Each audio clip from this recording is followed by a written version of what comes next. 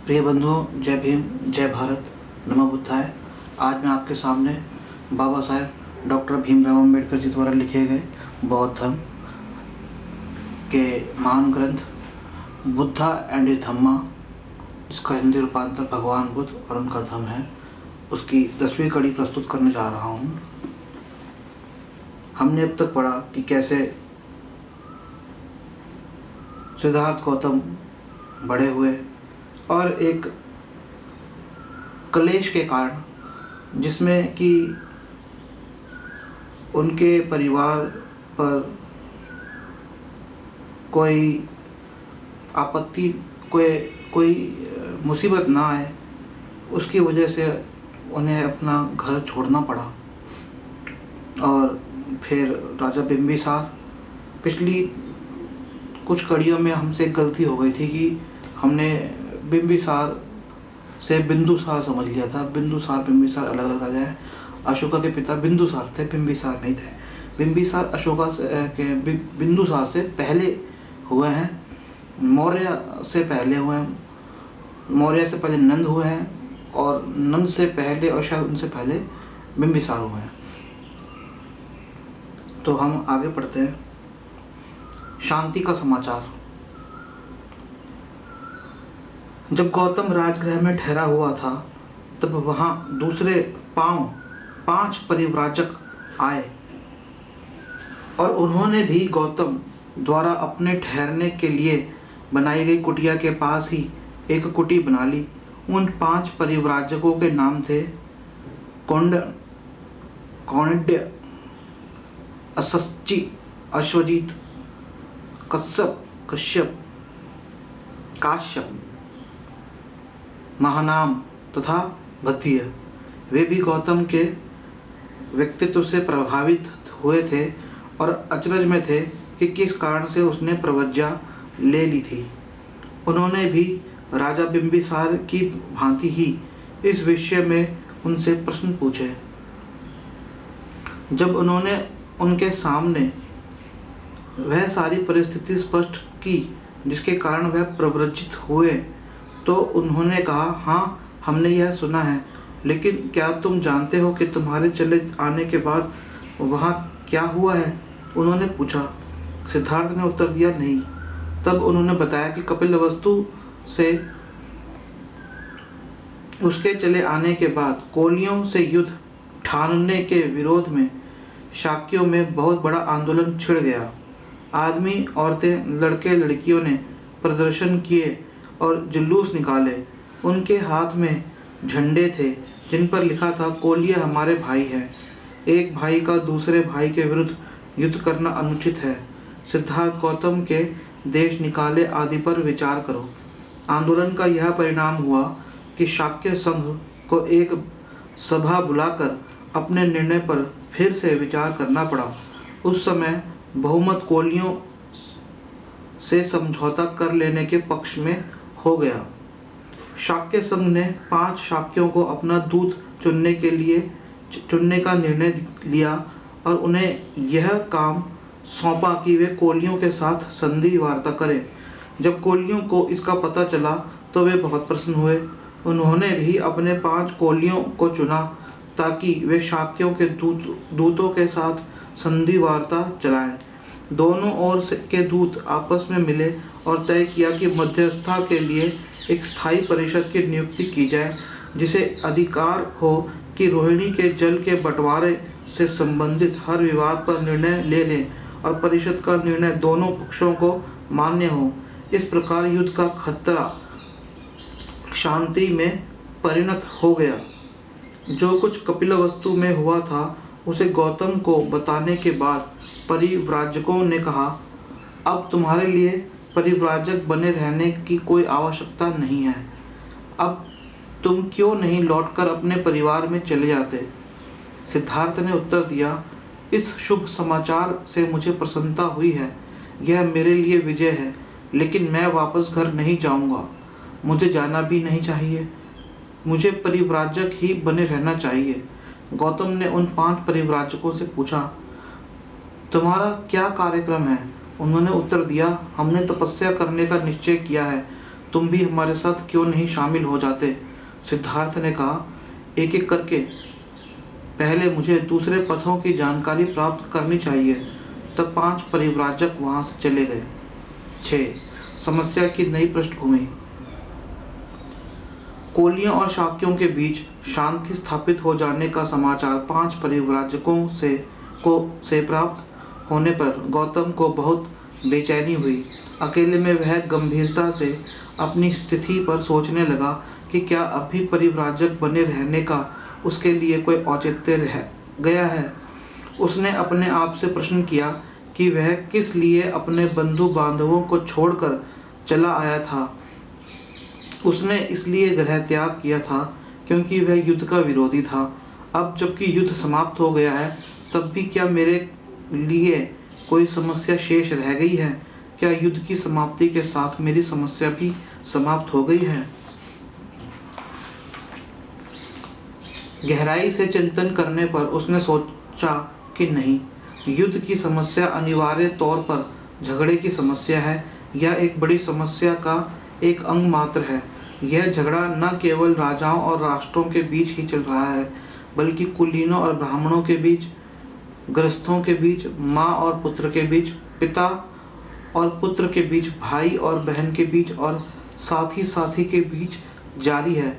राष्ट्रों के बीच संघर्ष तो कभी कभी होता है, लेकिन वर्गों के बीच तो यह संघर्ष लगातार चलता ही रहता है। संसार में सभी दुखों और कष्टों का मूल कारण यही है।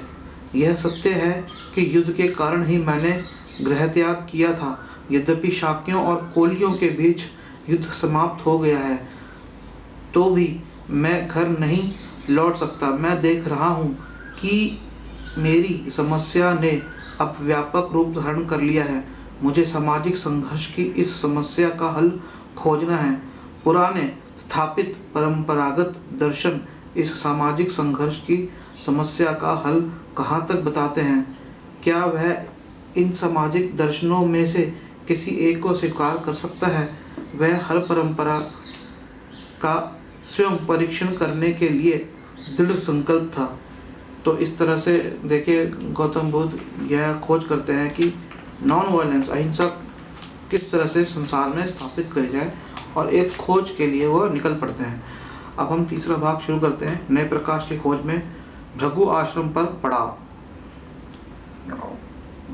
अन्य पंथों का परीक्षण करने के उद्देश्य से सिद्धार्थ गौतम आलार कालाम से भेंट करने के लिए राजगृह से चल पड़ा। मार्ग में उसने भृगु ऋषि का आश्रम देखा और जिज्ञासा वश उसमें प्रवेश किया। देखिए यहाँ पे भृगु ऋषि आया है, भृगु संहिता में सुनने को मिलती है। ये उन्हीं ऋषि का आश्रम है। आश्रम के ब्राह्मण निवासी जो जंगल से लकड़ी तोड़ने के लिए गए थे, अभी अभी लौट कर आए थे। उनके हाथ ईंधन, पुष्प और कुश घास से भरे थे। तपस्या और ज्ञान में प्रवीण थे। वे अपनी अपनी कुटियों में न जाकर सिद्धार्थ गौतम से भेंट करने के लिए उसके पास पहुँचे। आश्रम निवासियों द्वारा समुचित रूप से सम्मानित होकर सिद्धार्थ गौतम ने भी आश्रम के गुरुजनों से प्रति आदर प्रदर्शित किया। उस मोक्षकामी बुद्धिमान ने उन स्वर्गकामी तपस्वियों की विचित्र तपस्याओं का निरीक्षण करते हुए आश्रम को देखा। उस भद्र सन्यासी ने पहली बार उस पवित्र वन में उन तपस्वियों को नाना प्रकार की तपस्याओं का अभ्यास करते हुए देखा। तब तपस्या की विधि के श्रेष्ठ ज्ञाता भृगु ब्राह्मण ने उसे सभी प्रकार की तपस्याओं और उनके फल के बारे में बताया। पानी के बाहर उत्पन्न बिना पका भोजन, मूल और फल, यही धर्मशास्त्रों के अनुसार तपस्वियों का भोजन है। लेकिन तपस्या के विकल्प विभिन्न हैं। कुछ पक्षियों की भांति अन्न बटोर कर गुजारा करते हैं, दूसरे हिरणों की भांति घास चरते हैं, और अन्य सांपों की भांति वायुभक्षी होते हैं। मानो वे दीमक की बाम्बी ही बन गए हों। कुछ अन्य बहुत प्रयास से पत्थरों से अपने शरीर के लिए पोषण प्राप्त करते हैं, दूसरे अपने दांतों से ही चबा चबा कर अन्न खाते हैं, और अन्य दूसरों के लिए उबालते हैं। और बचा कुचा अपने लिए खाते हैं। कुछ दूसरे निरंतर पानी में भीगी जटाओं से 2 बार अग्नि देवता को सातोत्र द्वारा अर्घ्य अर्पण करते हैं। कुछ अन्य मछलियों की तरह पानी में डूबे रहते हैं। उनके बदन को कछुए नोचते रहते हैं। कुछ समय इस प्रकार की तपस्या से कष्ट सहने से अधिक कष्ट सहने से स्वर्ग मध्यम कष्ट सहने से मृत्यु लोक को प्राप्त होते हैं। कष्ट सहने के पथ पर चलकर वे अंत में सुख लाभ करते हैं। उनका कहना है कि कष्ट सहन ही पुण्य का मूल है। यह सब सुनकर गौतम ने कहा, किसी भी ऐसे आश्रम को देखने का यह मेरा पहला अवसर है और इस तपस्या नियम को मैं नहीं समझ पा रहा हूँ। इस क्षण तो मैं केवल इतना ही कह सकता हूँ, आपकी यह निष्ठा स्वर्ग लाभ के लिए है, किंतु मेरी इच्छा तो यही है कि संसार में जीवन के दुख के मूल कारण का और उसको दूर करने का उपाय खोजा जाए। क्या मैं अब आपसे विदा ले सकता हूँ? मैं सांख्य दर्शन का ज्ञान प्राप्त करना चाहता हूँ और समाधि मार्ग का अभ्यास करना चाहता हूँ और देखना चाहता हूँ कि ये दोनों पद्धतियाँ मेरी समस्या को हल में किस प्रकार सहायक हो सकती हैं। जब मैं सोचता हूँ कि मुझे अपने पथ पर अग्रसर हो रहे आप जैसे निष्ठावान आश्रयदाता तथा मेरे प्रति इतने सौहार्द का परिचय देने वाले लोगों से विदा होना होगा, तो मुझे वैसे ही दुख हो रहा है जैसे मुझे अपने संबंधियों को छोड़ते समय हुआ था। मैं इन वन आश्रम से इसलिए विदा नहीं ले रहा हूँ कि मुझे यह जगह पसंद नहीं है अथवा किसी का गलत आचरण इसका कारण है। आप तो महान ऋषियों की तरह धार्मिक कर्तव्य पथ पर चलने वाले हैं। मैं मुनि अलार कलाब के पास जाना चाहता हूँ, जिन्हें इस विषय का गुरु माना जाता है। उनका यह संकल्प देखकर आश्रम प्रमुख भृगु ने कहा, राजकुमार, यथार्थ में तुम्हारा उद्देश्य साहसपूर्ण है। तरुण होने के बावजूद तुमने स्वर्ग और मोक्ष के बारे में गंभीरता से विचार करने के बाद मोक्ष लाभ करने का निश्चय किया है। तुम निसंदेह वीर हो। यदि जैसा तुमने कहा है यह तुम्हारा अंतिम उद्देश्य है, तो शीघ्र विंध्य प्रदेश को जाओ। वहाँ मुनि अलार कालाम रहते हैं, जिन्होंने असीम प्रमुख की अंतर्दृष्टि पाई है। उनसे तुम मार्ग का ज्ञान प्राप्त करोगे। लेकिन जैसा कि मैं भविष्य को देख रहा हूँ कि तुम्हारा उद्देश्य उन्नत है, तुम उनके सिद्धांत की जानकारी प्राप्त करके और आगे बढ़ जाओ। गौतम ने उनको धन्यवाद दिया और ऋषि वृंद के प्रति आदर प्रदर्शित करके वहाँ से विदा हुए। वे ऋषिगण भी उनके प्रति यथायोग्य सत्कार सम्मान की भावना प्रदर्शित कर पुनः तपस्या करने के निमित्त अपने वन आश्रम में चले गए। देखिए यहाँ पर यही है कि गौतम जो है वह इन सब बातों में नहीं जाते। जीवन के बाद क्या होगा, स्वर्ग मिलेगा, नरक मिलेगा, और उनका कहना बहुत ही प्रैक्टिकल है, लाइफ में बहुत ही सच्चा है कि भाई जब जीवन यहाँ पे है दुख, तो जहाँ पर ब्राह्मण कह रहे हैं कि जीवन में दुख भोगो, कष्ट दो, काया को कष्ट दो तो तुम्हें स्वर्ग मिलेगा, लेकिन बुद्ध यहाँ पर उनके विपरीत बात कर रहे हैं। वह कह रहे हैं कि कलह ना हो, कष्ट ना हो। तो जीवन को सकारात्मक बनाने की बुद्ध और बौद्ध शिक्षा में यहाँ पर मिल रही है, जो कि ब्राह्मण शिक्षा से बिल्कुल विपरीत है। हम भारत में देखते हैं कि लोग अधिकांशतः हर चीज़ में कह देते हैं ये हमारे कर्मों का, कुछ भी उनके बुरा होता है कहते हैं ये हमारे कर्म ऐसे थे, नसीब ही ऐसा है। अच्छा नहीं होता कहते नसीब में नहीं है, बुरा होता है तो कहते हैं अरे हमने तो कर्म ही ऐसे किए, पुराने जन्म में ऐसे कर्म थे। ये सब बकवास की बात से हटकर बुद्ध कह रहे हैं कि इस जीवन को कैसे अच्छा बनाया जाए, इस ब्राह्मण सिद्धांत से कैसे भारत को बाहर निकाला जाए, जिससे कि भारत के लोगों का जीवन सुखमय बने। और हम देखते हैं कि भारत में लोग जो हैं शिकायत नहीं करते, क्रांतिकारी नहीं बनते, बस दुख सहते रहते हैं, दुख सहते रहते हैं। अगर उनके परिवार में दुख मिले तो दुख सहते हैं, उनको अगर प्रशासन से दुख मिले दुख सहते हैं, लेकिन इस दुख को कैसे ख़त्म किया जाए, इसकी खोज पे बुद्ध अब निकल रहे हैं। 2. सांख्य दर्शन का अध्ययन। भृगु के आश्रम से विदा लेने के बाद गौतम आलार कलाम के आश्रम का पता लगाने के लिए निकल पड़ा। आलार कलाम उस वैशाली, पाली में वैशाली कहते हैं, में ठहरे हुए थे। गौतम उस ओर गए। वैशाली पहुंचकर वह उनके आश्रम में गए। आलार कलाम के पास पहुंचकर उन्होंने कहा, मैं आपके सिद्धांत और अनुशासन में दीक्षित होना चाहता हूं। इस पर आलार कलाम ने कहा, तुम्हारा स्वागत है। मेरा सिद्धांत ऐसा ही है कि तुम्हारे जैसा बुद्धिमान आदमी इसे कुछ ही समय में स्वयं समझ सकता है, मेरे सिद्धांत का अनुभव कर सकता है, साध्य कर सकता है और तदनुसार उसका पालन कर सकता है। निश्चय से तुम इस शिक्षा को ग्रहण करने के पात्र हो। आलार कलाम के ये शब्द सुनकर राजकुमार बहुत प्रसन्न हुए। उन्होंने इस प्रकार उत्तर दिया, यह असीम करुणा जो आप मेरे प्रति दिखा रहे हैं, इससे मुझे लगता है कि अधूरा होने पर भी मैंने पूर्णता प्राप्त कर ली है। इसलिए क्या आप कृपा करके मुझे बताएंगे कि आपका सिद्धांत क्या है? आलार कलाम ने कहा, तुम्हारे कुलीन स्वभाव, चरित्र की सच्चाई और तुम्हारे दृढ़ संकल्प से मैं इतना प्रभावित हुआ हूँ कि मैं तुम्हारी पात्रता जांचने के लिए तुम्हारी कोई आरंभिक परीक्षा लेना आवश्यक नहीं समझता। हे श्रवण करने वालों में श्रेष्ठ, श्रवण मतलब सुनने वालों में श्रेष्ठ, हमारे सिद्धांत को सुनो। अपने प्रवचन की तब उन्होंने गौतम को उन सिद्धांतों से परिचित कराया जिसे उस समय सांख्य दर्शन के नाम से जाना जाता था। अपने प्रवचन की समाप्ति पर आलार कलाम ने कहा, हे गौतम, बस यही हमारी सिद्धांत प्रणाली है। मैंने उन्हें सार रूप में तुम्हें बता दिया है। गौतम आलार कलाम की इस स्पष्ट व्याख्या से बहुत प्रसन्न हुए। समाधि मार्ग का अध्ययन। जिस समय गौतम अपनी समस्या का हल ढूंढने के लिए अनेक मार्गों की जांच कर रहे थे, उन्होंने ध्यान मार्ग, चित्त की एकाग्रता से अवगत होने का विचार बनाया। उस समय ध्यान मार्ग के 3 मत प्रचलित थे।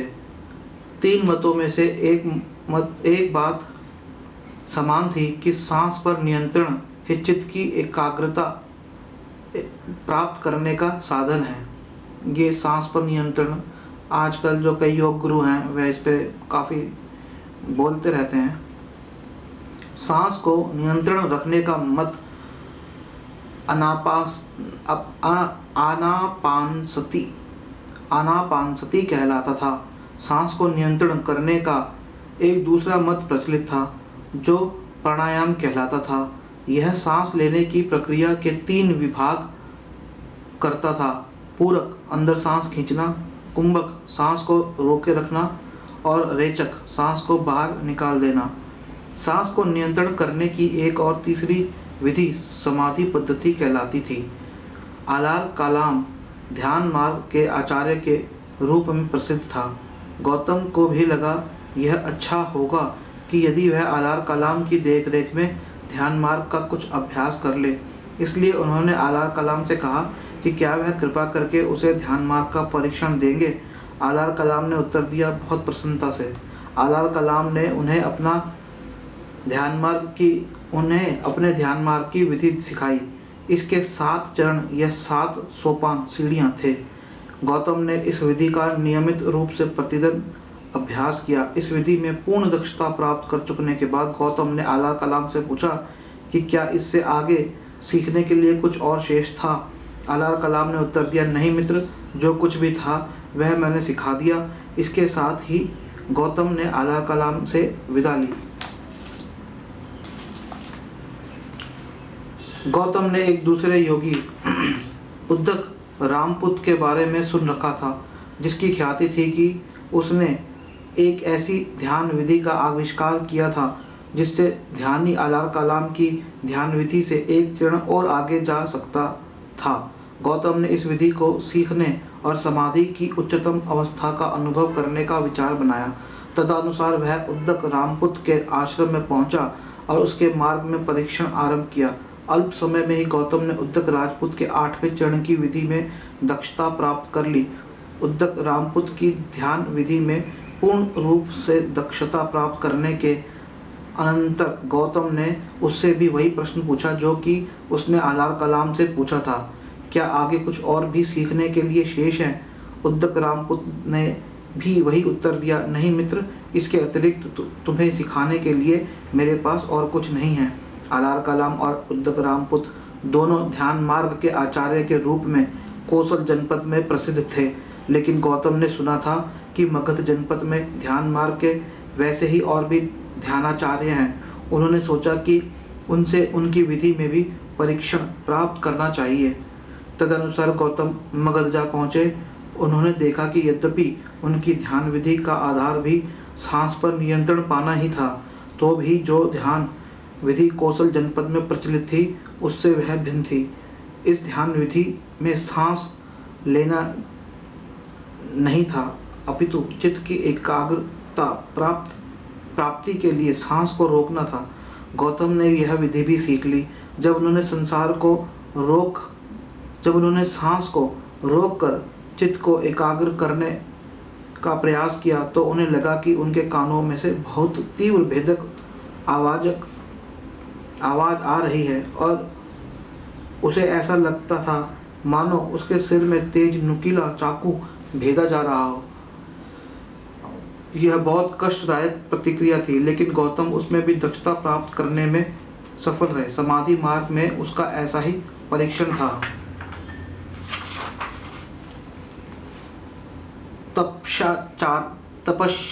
तपश्चर्या का परीक्षण।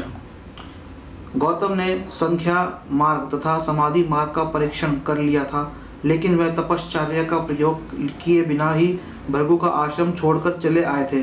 उन्होंने विचार किया कि इस बारे में भी स्वयं प्रयोग करके अनुभव प्राप्त करना चाहिए ताकि वह अधिकार के साथ इस पर बोल सके। तदनुसार गौतम गया नगर पहुंचा। वहां पहुंचकर सबसे पहले उसने घूम फिरकर आसपास का क्षेत्र देखा और उसने उर्वेल में गया, जहां राजश्री नेगरी के आश्रम में तपश्चर्या का अभ्यास करने के लिए वास बनाया। तपश्चर्या के लिए निरंजना नदी के तट पर वह एक एकांत तथा निर्जन स्थान था। उर्वेला में उसे वे 5 परिव्राजक मिले जिनसे उनकी भेंट राजगृह में हुई थी और उन्होंने शांति का समाचार लाकर सुनाया था। वे भी तपश्चर्या का अभ्यास कर रहे थे। उन तपस्वियों ने उन्हें देखा और उनके साथ चलने के लिए कहा। गौतम ने उनके साथ जाना स्वीकार कर लिया। इसके बाद से वे आदर पूर्वक उसकी सेवा करने लगे और शिष्यों की तरह उसकी आज्ञा का पालन करने लगे। वे उसके प्रति बड़े विनम्र और आज्ञाकारी थे। गौतम की तपस्या तथा स्वपीड़न की प्रक्रिया अत्यधिक कठोर थी। कभी कभी वह प्रतिदिन केवल 2 घरों पर ही भिक्षाटन के लिए जाते, किंतु 7 से अधिक घरों पर कभी नहीं जाते थे और उन घरों में प्रत्येक में से 2 कोर भोजन ही स्वीकार करते थे, किंतु 7 कोर से अधिक नहीं। वह दिन में 1 तश्तरी भोजन पर ही गुजारा करते थे, किंतु 7 तश्तरियों से अधिक पर नहीं। कभी कभी वे सारे दिन में एक ही बार भोजन करते थे, कभी कभी 2 दिन में एक बार, इसी क्रम से कभी कभी 7 दिन में एक बार या 15 दिन में एक बार, और वह भी बहुत ही नपी-तुली मात्रा में। जब उन्हें तपश्चर्या और प्रगति की तो उनका एकमात्र आहार जंगल से इकट्ठी की हुई हरी जड़ें या स्वयं उगे हुए जौ या धान के दाने या पेड़ पर छाल के टुकड़े या काई या चावल से गिर्द भूसी के अंदर के लाल कण या उबले हुए चावल की माड़ या सरसों आदि की खली मात्र रह गया। वह जंगली जड़ें और फल खाकर रहते थे या हवा से गिरे हुए फल फूल खाते थे। उनके कपड़े या तो सन के बने होते थे या सन की रस्सी और कूड़े के ढेरों पर पड़े हुए चिथड़ों के या पेड़ की छाल के या आदि या पूरी मृग छाल के या घास के या छाल की लकड़ी की पट्टियों के या आदमियों